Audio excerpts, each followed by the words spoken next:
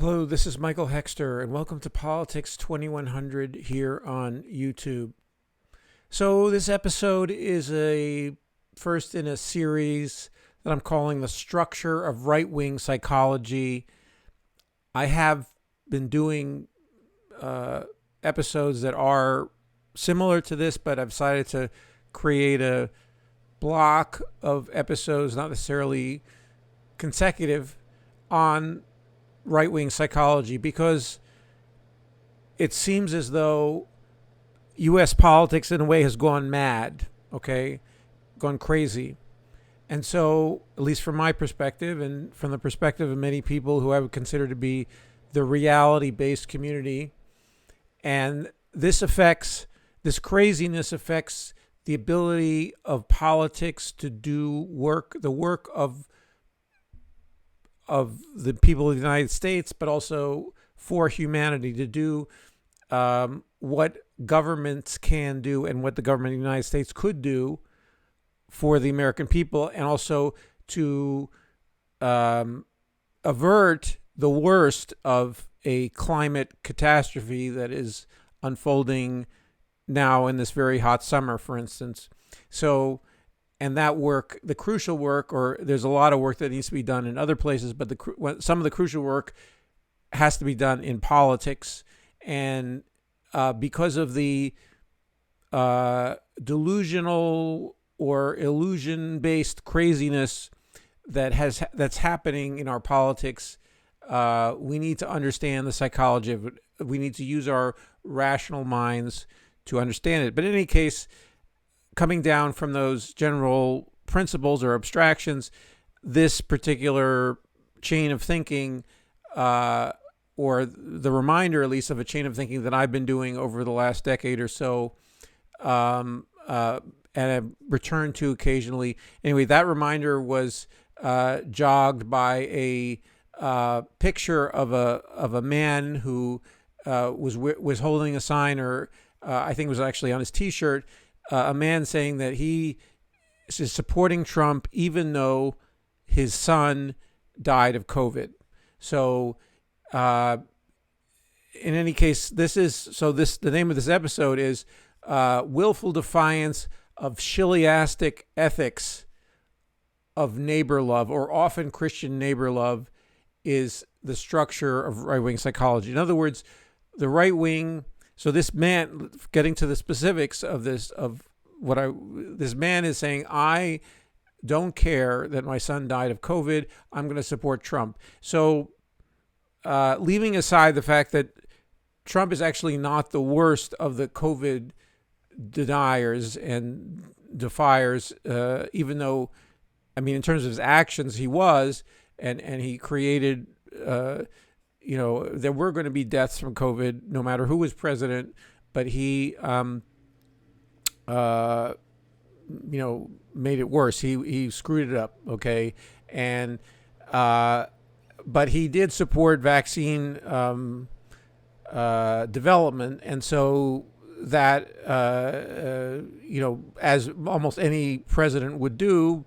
But anyway, but there are people who now are anti-vaccine that are more anti-vaccine than he says he is, and so forth and so on.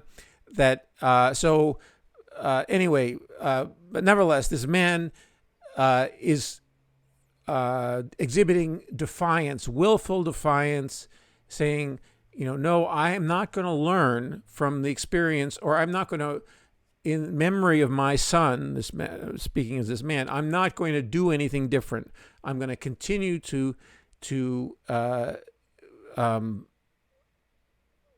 insist on my views. Okay, I'm going to defy, and my observation over the years, defy a superego, a social superego coming from Christianity, often, not only Christianity. It's an ethics that's embedded in a lot of religions, so it's not unique to Christianity, but in Christianity, it's distilled in neighbor love. So loving your neighbor as yourself, okay?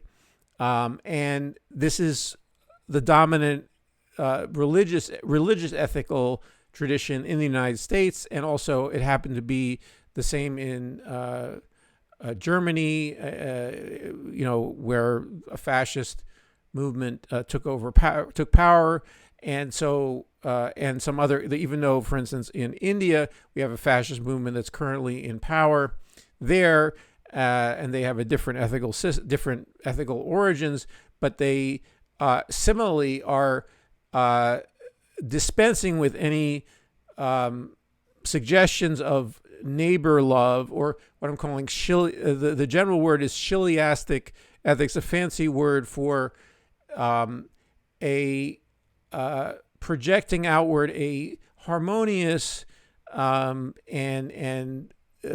forgiving and a universal love, so to speak. That Chiliasm is the idea of millennial idea, in the sense of not the millennials that are a group of people or the millennium that just passed, the 2000 millennium, but just a millennialist, or the idea that there will be a time when the people come together, the vision of a bucolic, harmonious coming together of differences, of the lamb lying down with the lion, so forth and so on, that all of these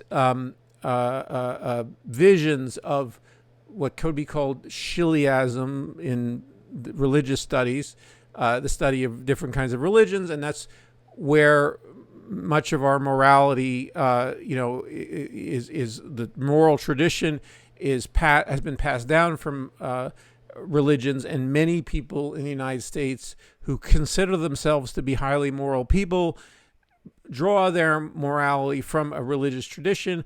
I am Jewish. I'm not a religious Jew. I am an atheist. I am but I may draw some of my morality from Judaism. I may draw it from other sources, from secular sources. I'm a secular person. But I observe in our society, and I see people in our society who care deeply about religion, who are immersed in religion, who use religion as a justification for their actions, okay, including members of Congress, most recently Lauren Boebert, saying that in the sense that the things they do they're simply a vessel for a divine power that they supposedly have, okay? So they are drawing from religious justification for their actions, not the one that I'm talking about here, but there is a truncation in right-wing morality, a truncation and a defiance of the Chiliastic, in German, the nice Naechstenliebe, the neighbor love. So I'm using the word neighbor love is my translation from German of Nächstenliebe, okay?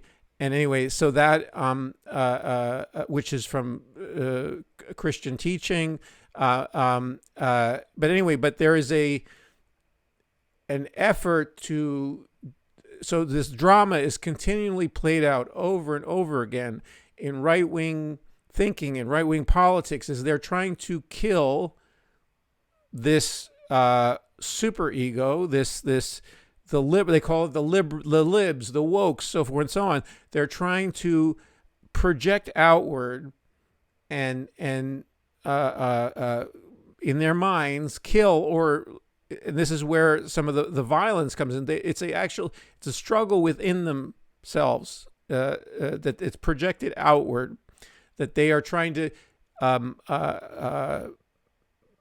invest in people outside them, something they're trying to root out in themselves. Now, I've talked about here that there is a real basis for their anxiety. So it's not just this inner turmoil. There are real things happening, but it is magnified. It is turned into a psychological drama by their politics. Okay, the politics is a form of group therapy that is destruction. In other words, it's not therapeutic. It's not for them, and it's not, and it's highly destructive for society. But it's instead of actual self-reflection. It's instead of both looking inward and looking outward, and being able to look outward in a way that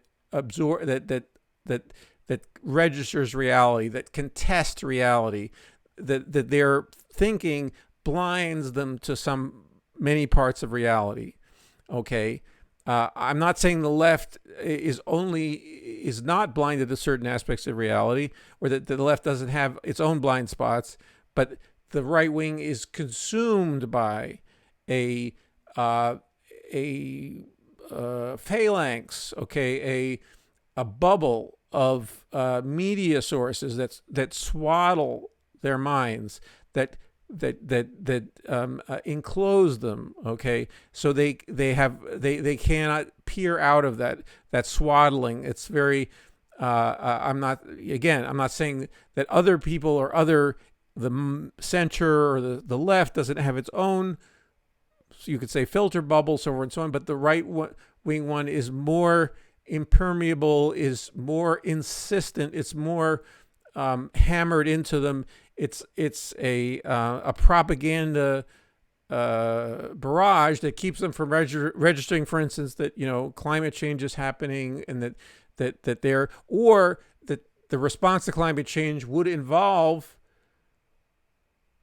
this form of what I'm calling Chiliastic ethics, or an embrace of other people, an embrace of a universe, or a universe that is there's a common human problem. They need to come to terms with differences that they have with other people.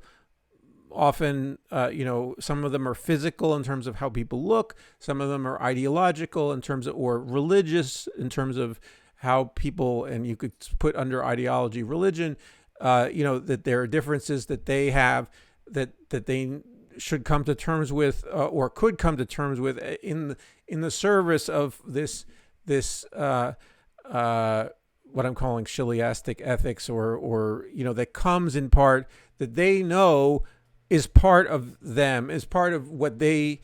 I'm not saying that the religion they learned emphasized the Chiliasm, emphasized the neighbor love, okay, the love of others as you would love yourself, but they know it's in there somewhere. So there is a fight that needs to go on, and so this fight, you see this in right-wing pundits constantly, and in Fox News constantly mocking and creating an enemy of the libs, so forth and so on, or the wokes. And this is about trying to purge, from themselves and purge from society overall, the idea that anybody would care about other and different people enough to do public policy that affects them, to help them in any regard. That, in other words, that one needs to be caring about oneself and people who are, who look pretty much like you, to create a homogenous community of value, so to speak. In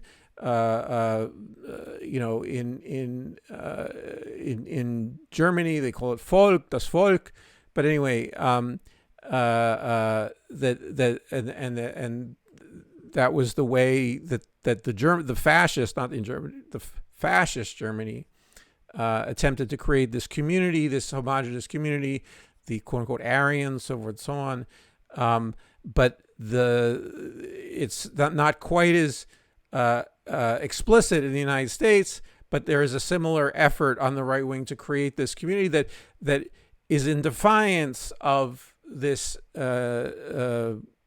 Chiliastic vision of not only Christianity, some other religions as well, but it's most explicit, and also you have this figure of Jesus Christ, who reputedly acted according to these principles and is supposedly the exemplar of this morality that supposedly is transmitted through many of the people who are now of this involved in this right-wing mass psychosis. Okay, and so this, so you see this over and over again. So I'm drawing on, in talking about this is not, I didn't just think about this when I saw this recent image of this man who is saying that he is supporting Trump despite having lost his son to COVID.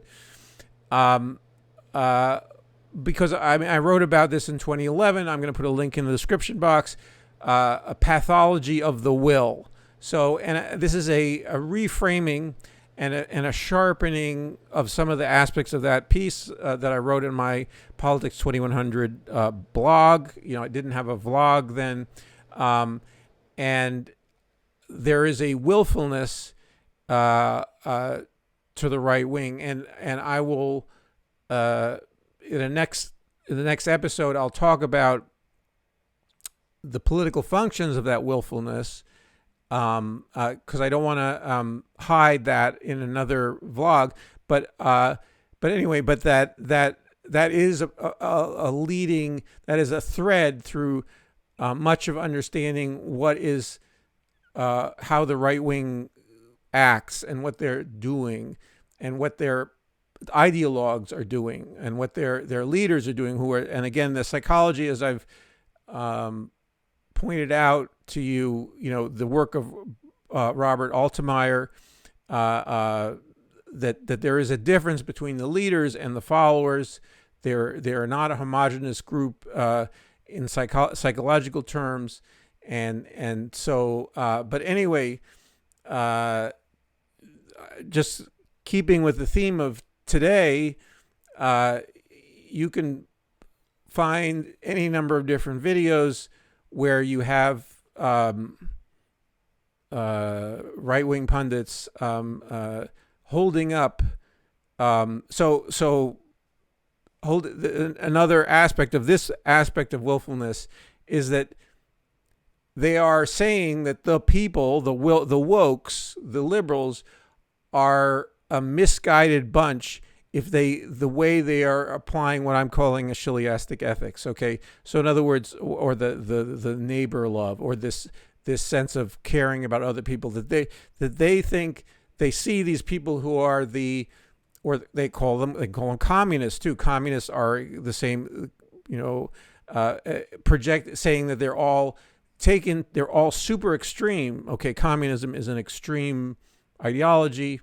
So, or it is in the American political spectrum, and in most political spectrums it is, and it is also based on its own Chiliastic ethics. You could say I have criticisms of it and of Marxism and so forth and so on that I've talked about on and off in different videos. But anyway, the right wing, and this is from Rush Limbaugh on, the right wing is constantly trying to find instances of left people or people who are liberal or so forth and so on, who are doing things that seem extreme, and sometimes they are. Okay, so this is where I'm not saying the left is totally without responsibility for its own weakness in our current political system. It is partially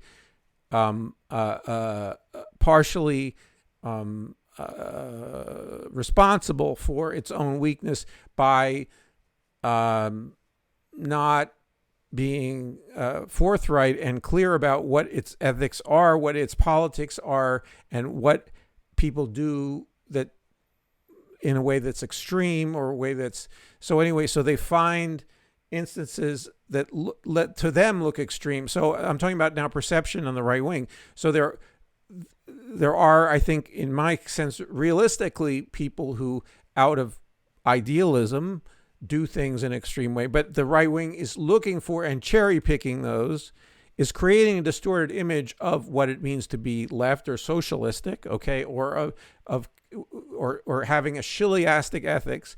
They're trying to eject that by picking individual instances where that can be mocked, and that can be, for instance, the way the city of San Francisco is being turned into this sort of example of a misguided effort by the quote unquote left to manage a city, and how the city is being San Francisco is being weakened as a city, as being, for a number of reasons. Some of it has to do with its public administration.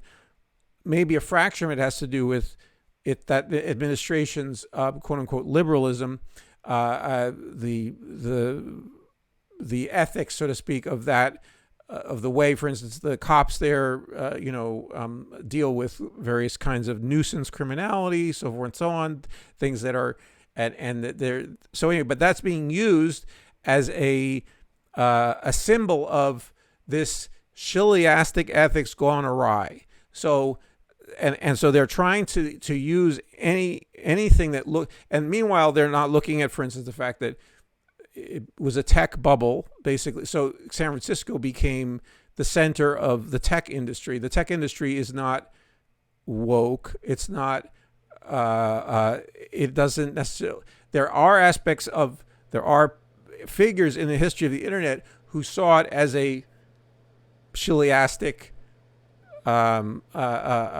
utopia online. And there are still people who feel that way, and there are businesses that still base their business model on the idea of sharing and of community and so forth and so on. And even the businesses that are now the hugest ones on the internet do have that underlying sense of sharing and internet connectivity and so forth and so on, which the right wing is both uses, so they use it, but then they also inveigh against it. They think it's wrong that people are connected to each other somehow. That you need to be this self-enclosed person that is not connected to other people. That's the ideal. And so they see in that. So that's another subtext in. But in any case, San Francisco became a one industry town, and then that industry, because of the pandemic, among other things, and also the rise in interest rates, people fled the center. The center had also become. I lived in the Bay Area for 20 years, and so I observed San Francisco, and it had already become somewhat of a sterile city, in my opinion, but not very dynamic. And partly due to this tech bubble that had taken over the area. But anyway, and it became extremely, there's all kinds of property speculation, and the property prices were extremely high. So anyway, this is all capitalism, okay? This is all, which supposedly the right wing embraces. But in any case, they're using those small pieces of the way the public administration and the way the police, so forth and so on, policed San Francisco as a way to, for a long time, not before the idea of reform, like, for instance, Chesa Boudin there. In any case, that they're trying to make, you saw Robert Kennedy made a video, who's a stealth right-winger in the Democratic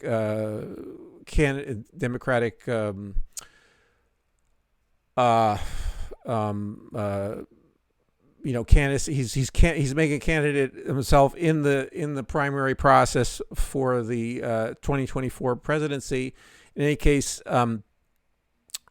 he was touring San Francisco, and I saw this on a right-wing Twitter feed, and trying to make it as an example of the negative aspect of what I'm calling Chiliastic ethics, the ethics of human connectivity, human community, and neighbor love. Okay, and so these are being held up as examples of why one should not have that, why one should be, in other words, only self-interested and only do things capitalistically and self-interestedly and in a quasi-libertarian or totally libertarian form of both government and community,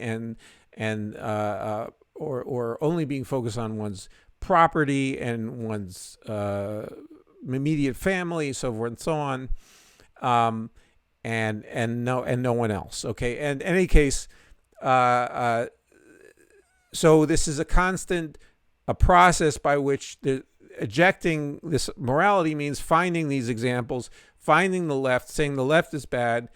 Also, strangely and in a weird subconscious way, this is why anti-Semitism also comes in. Jews are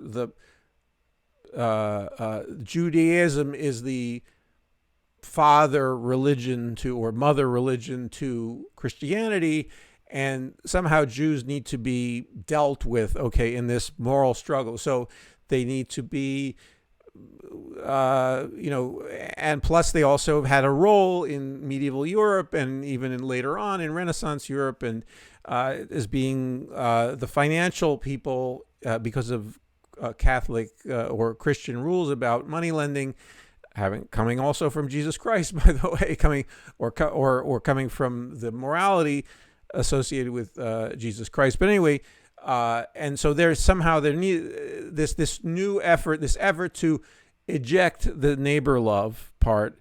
Also somehow is a rewriting of the theology, in the sense of feeling entirely without responsibility to others, entirely without a sense of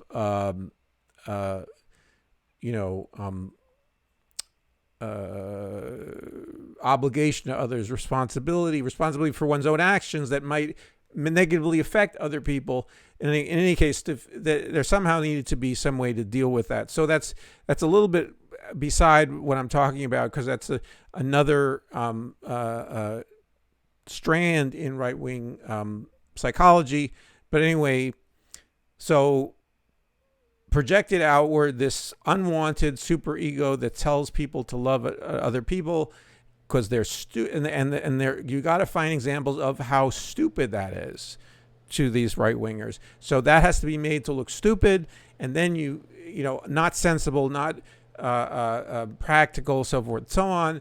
And then you keep on creating that. And again, I'm saying there are no examples of that. Okay, there are but overall, overarching, the examples of caring about other people far outweigh those negative examples. In other words, in reality, the societies where people care in somewhat, or the structure of their lives is partly about caring for other people, or caring, about your neighbors, or at least having rules which, balance out the other, having rules of society, the laws of the society, or the ethics, or the non-written laws that about caring for other people, that those societies work out better, than our society.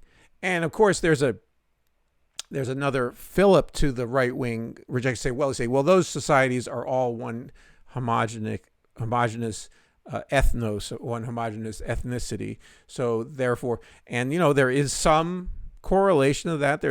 So it is a moral project that humanity needs to go through, of extending this Chiliastic impulse, this impulse of this Naechstenliebe, to people who are different than you, who are climate refugees. There's going to be lots of climate refugees. I mean, we need to stop our destabilization of the climate, but also there will be climate refugees. So we need to have societies that are prepared with a Chiliastic morality. Maybe there's a better word than Chiliastic, but anyway, that is embracing of that difference.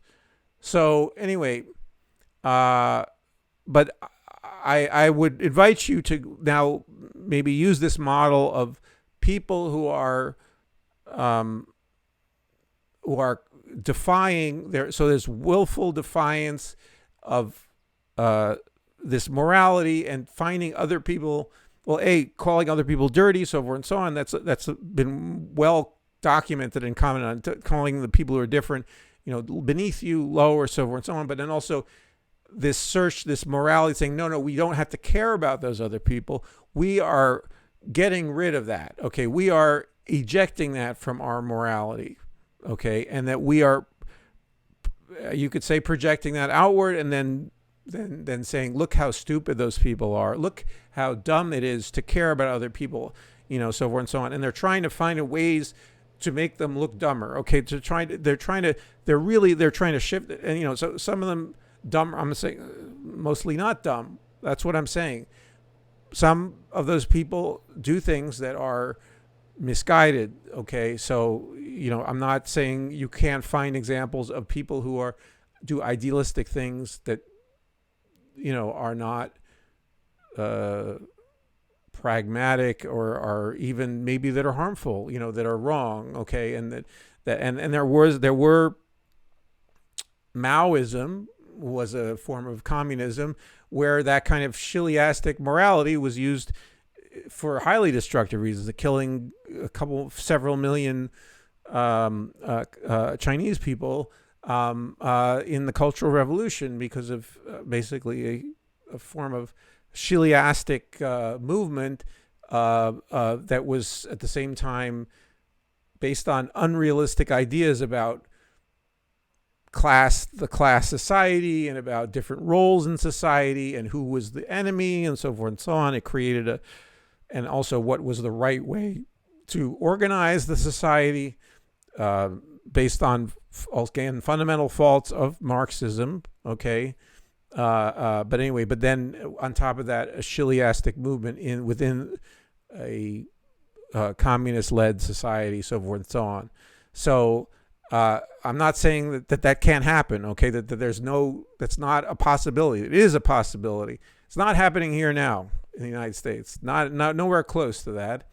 And also there are individual examples in which the left could be able to talk about how people are idealistically doing things that we need to say, I'm not going to defend that. I'm going to defend this. I'm going to defend the principle. I'm going to defend the principle that they're trying to implement, maybe not that implementation. Okay, so trying to have some kind of judgment that you can exert over your own general embrace of Naechstenliebe, of love of your neighbors. Okay, and so maybe a little bit of a step forward for everybody, for people, for speakers, and for doers. So anyway, I hope this episode brings some enlightenment or interesting thoughts for you. Please share your thoughts in the comments below, and also please like the video. If you thought it had something to offer, please subscribe to Politics 2100, and I look forward to seeing you in the next video.